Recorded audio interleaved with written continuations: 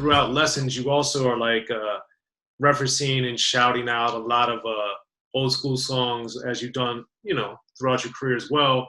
With Ambition, you shout out Dane Nightmares on there. So with that one, I wanted you to explain the reason for referencing that, and also explain to people how big Nightmares and Cinderfella Dane were out here back in the 80s. Man, I just like to pay homage to shit I grew up on. Records that were big in my transition of trying to become an artist and musically inclined or whatever. So Dane was one of those artists that I was very big on. You know, it's very big on the West Coast. The neighborhoods, as far as the music is concerned, because West Coast had a different approach in the early hip hop days. So Dane was one of those artists that we could relate to, because basically he spoke what we were, you know, he spoke music of what we were trying to transition at the time, from coming from a lot of the electro funk and the dance records or whatever. And Dane was one of those New York artists I grew up with. You know, I was a big fan of Nightmares and Cinderfella. So it was just natural when I do songs. I like to reference songs that I grew up on, or just artists that I grew up on. It's just to pay homage to something and let people know that I've never forgotten where I came from and what I grew up on. And I like the people to know that these are the songs and music that we were listening to and that got us through the times of hip hop and wanting to be artists or whatever. So shout out to Dane. Absolutely. And then on the title track, speaking of where you come from, you're talking about the environment of like single mothers and people trying to make it happen and stuff. So I always enjoy hearing that from you. On the flip side of that, these are also some of the same themes that you've been talking about, and sadly, people have been talking about since before you. So why do you think that America still has these epidemics of the single mothers trying to make it happen in this struggle? Why do you think we haven't moved past that better than we have? Because nothing has been designed for shit to change. I mean, we flip presidents every 4 years, 8 years, whatever. Laws and every kind of shit passes and whatever. But to the average motherfucker, shit is still the same. You know, people still dealing with poverty, people still dealing with unemployment, you know, people still dealing with no medical insurance and trying to get ahead. We're still dealing with gang banging and trying to make a way. So I speak on the struggle still because the struggle is still around. I mean, I see it every day. I mean, so you can't brush shit under the rug just because people want to, you know, life is a party, so to speak. You know, hip hop music is a party. You know, it's fun, it's money, it's jewelry, it's women, it's dudes, it's whatever. But people tend to forget that the struggle is real. And if you come from where I come from, then yeah, it's still people stuck in the struggle, you know. So I try to make music for them. That's what I speak on. And it'll never go away. Nothing will never change. And even though people hope it will and people think that it will, and they, like I said, they vote and they try to make a change, that in the time and the lifespan that I've seen, there's not too much that really has changed for my people and the people that I know that are still in the struggle.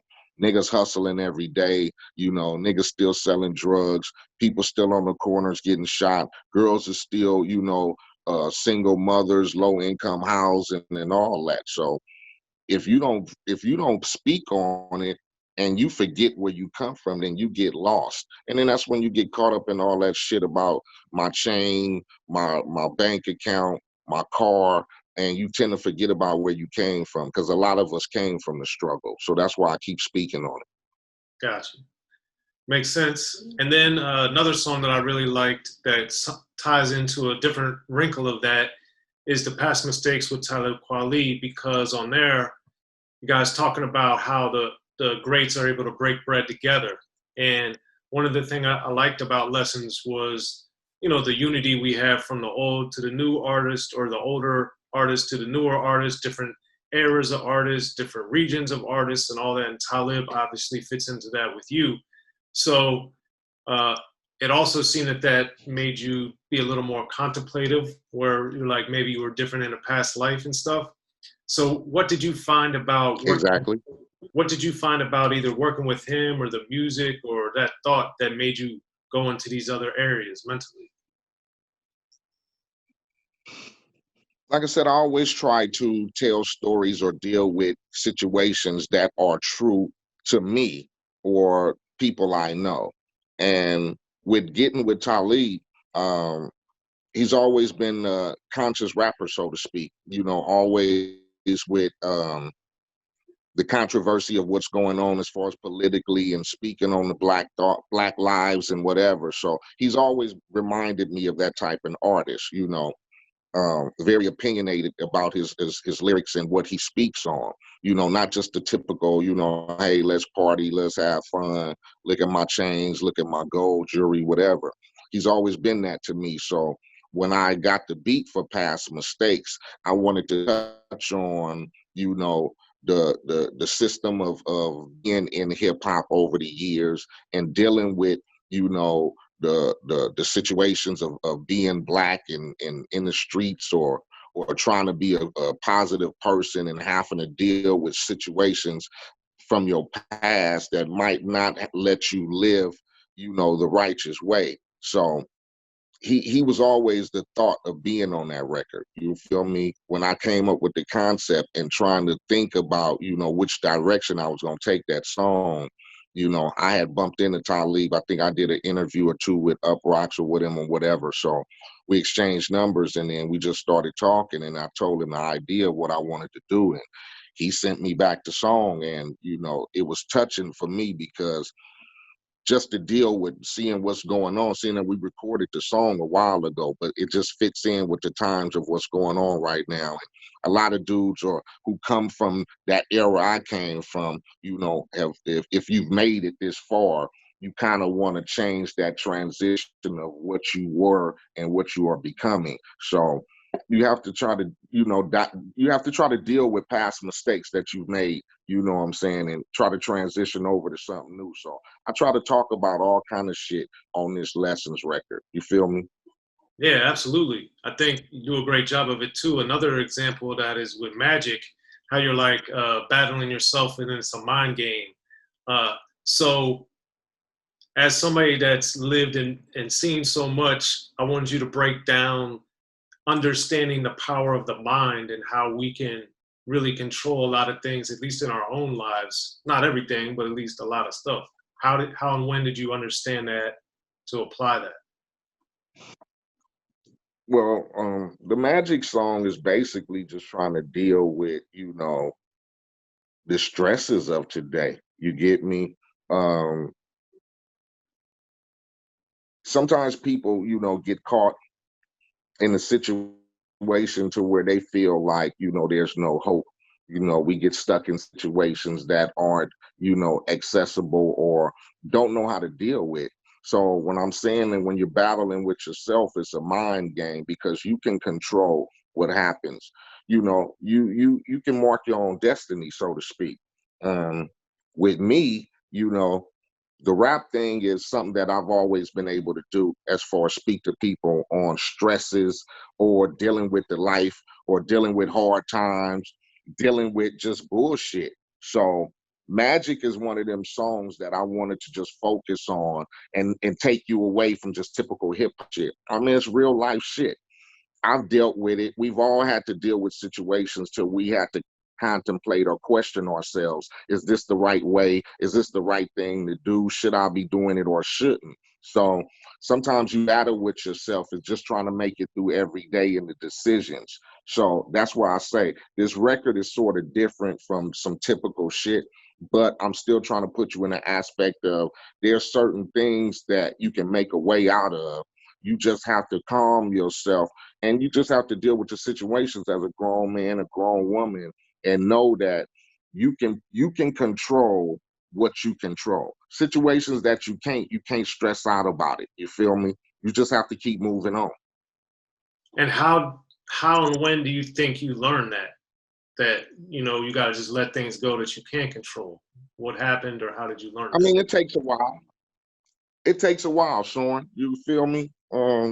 Growing up, I made decisions that probably weren't the best decisions, but as you grow and as you get older, you learn what and what not to do as far as getting an adult. And when you have kids and you get a family and you start a business, you have to try to transition yourself from what it used to be into what you think the future is going to be. So I had to learn that with myself and be comfortable with myself as far as the music I make, where I'm living, who I associate with, and that just comes with maturity.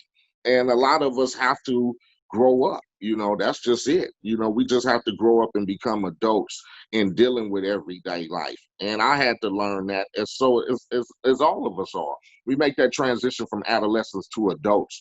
And sometimes it takes us longer than others to get what real life is and what it's about. You know what I'm saying? Family, making money, being stable, and not having no enemies. And to me, that's what life is about. Then you'll be happy and content. So we have to learn that. So we have to learn not to battle with ourselves and accept things as they come.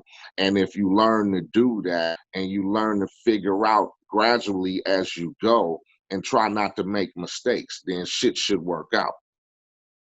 Yeah, I mean, obviously we have different backgrounds in many ways, but the similar thing of understanding that gives you so much peace and being able to Definitely. and being able to apply it to your life, because there's so much that we can't control. But like you say in magic, you can control your mind, and your mind really is a big battlefield that you got to navigate. So as Lessons is out now, and you're looking forward, what are you business wise, how are you been able to adapt over the years through so many different eras to where 2020 is still cracking for you? Man, I just thank God that I'm still able to, make music on my own pace. The family, raising my son, my daughters, our work. And so I just basically have learned to not fight myself. You get me? As far as this business, maturing, becoming older, I've learned to, like you said, there are situations that you can't control, but then there are situations that I can. And I just try to go with that. Transitioning from hip hop from the early years to now, you've seen a lot of shit happen. Music goes like this, people feel the highs and lows of it. And I've just learned to accept what comes from it. I could be up here, I could be down here. But as long as my mind and my mentality is straight and I know what is out there and I know what I know what I still can accomplish, then that gets me through the day every day. It gets me through the day and it gets me looking to the future because I know what I still accomplish. I know what I got. I know the goals that I have set for myself as far as where I want to reach, and I'm never stop climbing, never stop running the race. And that'll keep you grounded. You know what I'm saying? That'll keep you focused. So that's what I do. Yeah. Well, I'd say your career is a testament to that, and congratulations on that as always. Be sure to check out the History of Gangster Rap by Soren Baker. He's official. History of Gangster Rap features exclusive interviews with Eiht, Snoop Dogg, MC Ren, the D.O.C, and dozens of others. The History of Gangster Rap, a definitive look at how Los Angeles changed rap forever. In Los Angeles, the streets definitely set the tone of the hip-hop music. At 19, I got a $50,000 car. My whole angle always was, I'll be street, but I will always tell you the horrors that go along with this life. There will be penalties and casualties for just wearing the wrong color in somebody's neighborhood. And once gangster rap made it from the streets to the TV, the genre exploded. With Fab 5 on Yo MTV Raps with NWA. Yo MTV, it just catapulted us from being local heroes to national gangbang rappers. The History of Gangster Rap discusses it all from 1980 up till today. It's always gonna be shit happening in the streets. You know what I mean? So it's always gonna be something to talk about. The History of Gangster Rap in stores now.